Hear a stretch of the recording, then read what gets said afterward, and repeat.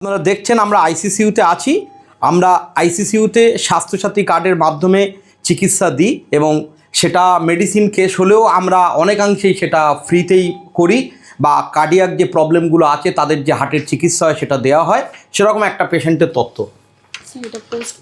আচ্ছা আচ্ছা। বাবা কবে ভর্তি হয়েছেন? 25 তারিখে।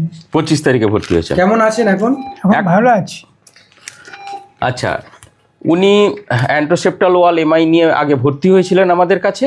ওনার স্বাস্থ্যসাথীতে অ্যাঞ্জিওগ্রাম হয়েছিল। অ্যাঞ্জিওগ্রামে ওনার ট্রিপল ভেসেল ডিজিজ বেরোয় এবং কালপ্রিট ভেসেলে ওনার একটা স্টেন্টিং করা হয়। উনি ভালো ছিলেন এবং ভালো অবস্থায় উনি ডিসচার্জ হয়ে গেছিলেন। তারপরে কিছু ওষুধ ডিসকন্টিনিউ করার জন্য ওনার হঠাৎ করে আবার শ্বাসকষ্ট হয়।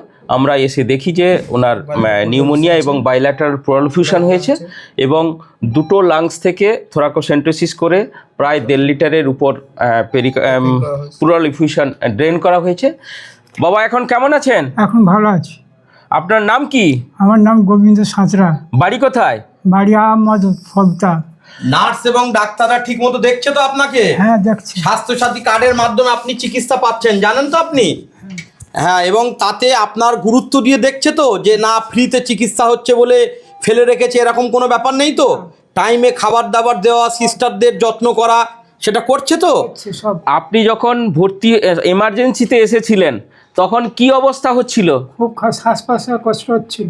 কতক্ষণের মধ্যে সেই শ্বাসকষ্টটা রিলিভ হয়ে যায়? প্রায় আধ ঘন্টার মধ্যে। আচ্ছা, কোন কোন জেলা থেকে আপনাদের পেশেন্টরা আসে? আমাদের এখানে উত্তর 24 পরগনা, দক্ষিণ 24 পরগনা, হুগলি এবং পূর্ব মেদিনীপুর, এই কটা জেলা, কিছু কিছু সময় হাওড়া বা কলকাতা থেকেও আমরা পেশেন্ট পাই। এই জেলাগুলি উত্তরবঙ্গ থেকেও তো আমাদের অনেক মোবাইল পেশেন্ট নাম্বারটা একটু বলে দিন। 9836001515।